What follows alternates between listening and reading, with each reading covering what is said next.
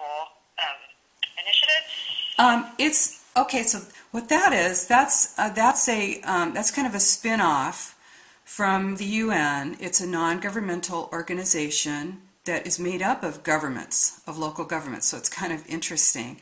And it's the International Council on Local Environmental Initiatives. But it's called ICLEI. But they've recently changed their name because I think they don't like the idea of people knowing that they're international. And now they call themselves ICLEI, which stands for nothing, and Local Governments for Sustainability. And what ICLEI does is it's sort of a policy and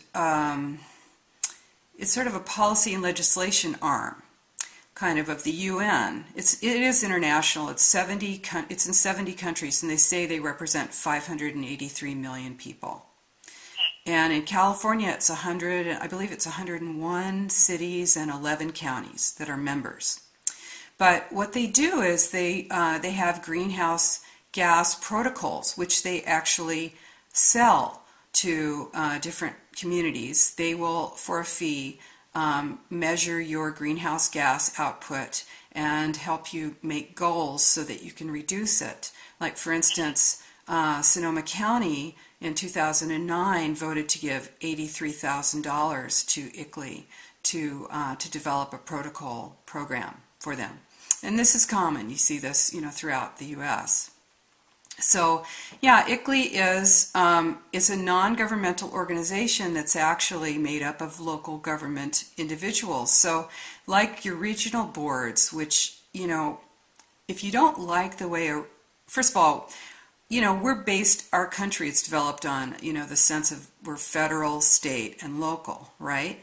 But then regional, if you don't like the regional board, you can vote whoever it is that's in your community who's on it, you can vote them off, except they change from time to time. But you're not really going to affect the board itself, So you're not really, you don't really have any control over this regional board. And this is, local, ICLEI is local, and and so it develops these protocols, and you find that you have people, who are bouncing back and forth between private companies and private nonprofit groups, and then they're going into government. And so when you have that, you're having, you don't have as much control over your legislation and what's happening in your community because you don't really control who it is who's supposedly representing you. And they're saying that they're representing like 583 million people, but hardly anyone's ever heard of them. You don't even, right? And so this is a real problem. We can't really affect change within these groups because, first of all, half the time people are saying you're a conspiracy theorist if you're even talking about it, which is totally silly. It's kind of ridiculous, I'm sure you've done some research. It's not like I'm making this up, Yeah. So, and that definitely clears up for me, like the whole ICLEI connection. I'm curious, I have done a lot of research on it, and I'm still trying to wrap my mind around the connection between Agenda 21 and the private property issue, or the land rights issue. I'm having a hard time wrapping my mind around that. So can you explain that aspect of it? Sure. Agenda 21, it's divided into 40 chapters. It's a 300-page document. And by the way, a lot of these things sound great, and I'm telling you, I'm coming out of the left myself, and I've considered myself to be an environmentalist and a liberal, and no matter what label you put on things, you really have to take a look at how they're being implemented. And part of Agenda 21 is implementation. I think it's like the 40th chapter, the last 3 or 4 chapters are about implementation. And this is where, we need to be concerned. It's primarily a land use and transportation document. And the way that it works is that, I gave you the basic premise that because you get, the concept is that you want to reduce greenhouse gas emissions because they're having an impact on the environment. And this is what ICLEI says is this is an extremely urgent, something that's an emergency, needs to be dealt with immediately. Cannot wait. And so the idea is you've got to bring all the people in, anyone who's driving a distance, you've got to bring those people into the centers of cities, off of their rural land and out of their suburbs and into densely populated city centers in order to get them to transportation, so you can get them out of their vehicle. So that's part of the property rights and land use issue, because you don't just, thank goodness in our country we don't just walk up to people and hold a gun to their head and say, hey, get off your land, you're coming with me. But yeah. So it's the break your arm incentive, right, that says, okay, well, we're going to put so many restrictions on you if you're living out in a rural area. Or we're not, for instance, in Sonoma County is saying now that it's not going to be paving. I think there are 1,384 miles of roads in Sonoma County, but they've just announced a few months ago that they were only going to be paving 150 miles of those roads in the future. So that's really a serious thing, right? Because how are you going to get out to your property? And if you're in a suburban area and your schools are closing, or you're not able to get services out there anymore, this is, going to, make people move. And this is the plan, is to, through restrictions, through rules, regulations, you might have scenic corridors, biotic resource corridors, increased restrictions in how you can do your ranching, farming, and animal raising, so that more and more people who are just, your average kind of funky guy out there with this little farm or whatever, those people are not able to afford to stay out on their land anymore. And I think this should be a real big concern for people who are localvores. This isn't like a boutique kind of thing. You've got people out there making their living and working generations on their land. And this is important to us here in Sonoma County. We want our food local. But when people are facing restrictions that are so incredibly difficult for them to comply with and so expensive for them to comply with, they're not able to afford to keep their land.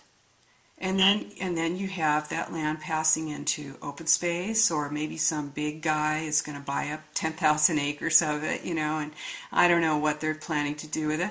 But then you have restrictions on just your community, and you find that that changes land use decisions.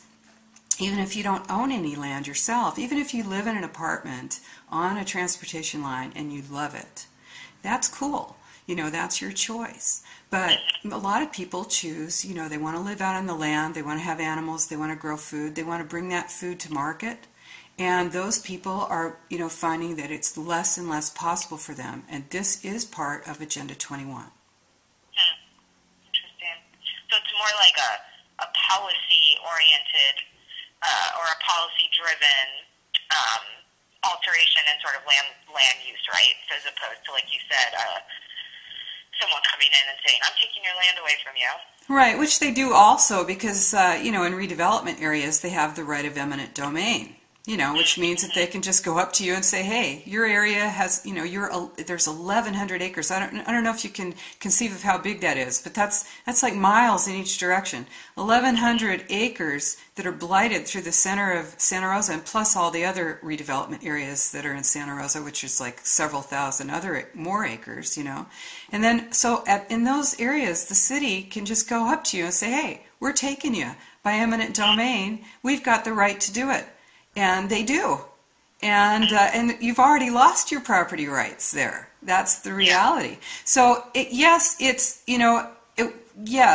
thing is that with that Growing Smart legislative guidebook, and also with ICLEI, they provide sample legislation and sample ordinances for your community. So that's where, that's where all these communities are getting this stuff. They don't have to come up with it on their own.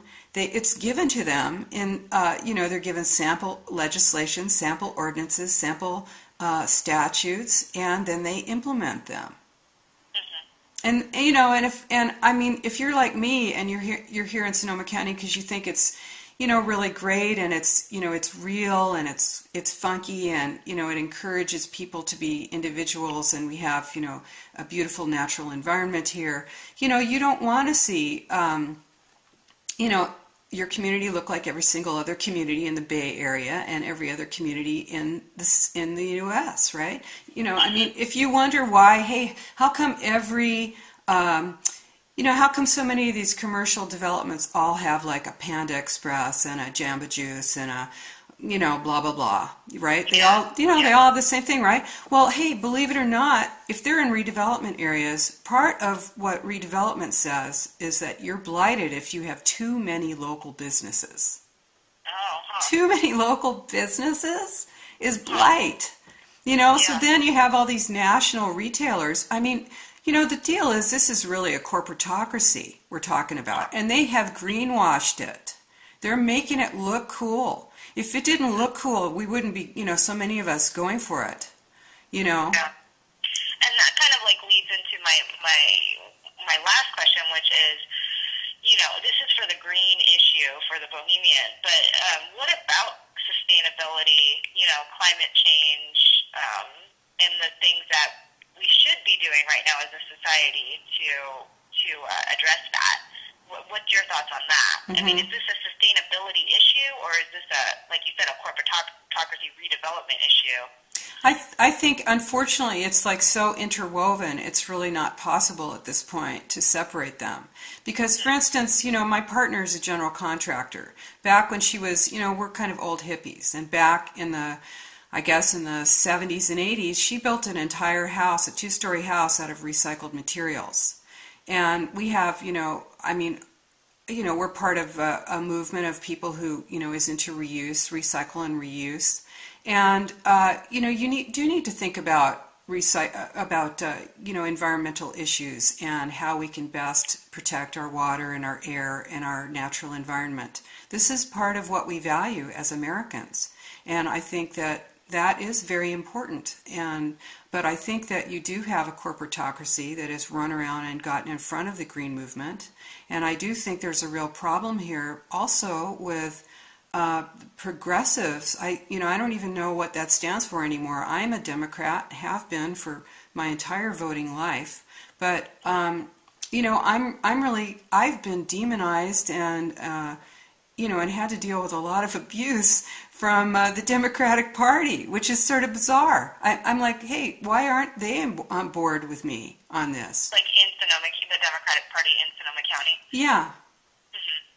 And, well, I'm the one who reported Michael Allen to the FPPC for serious conflict of interest. And, he was found, guilty of, of those allegations, and he did have to pay a fine. I'm sorry that he's a Democrat,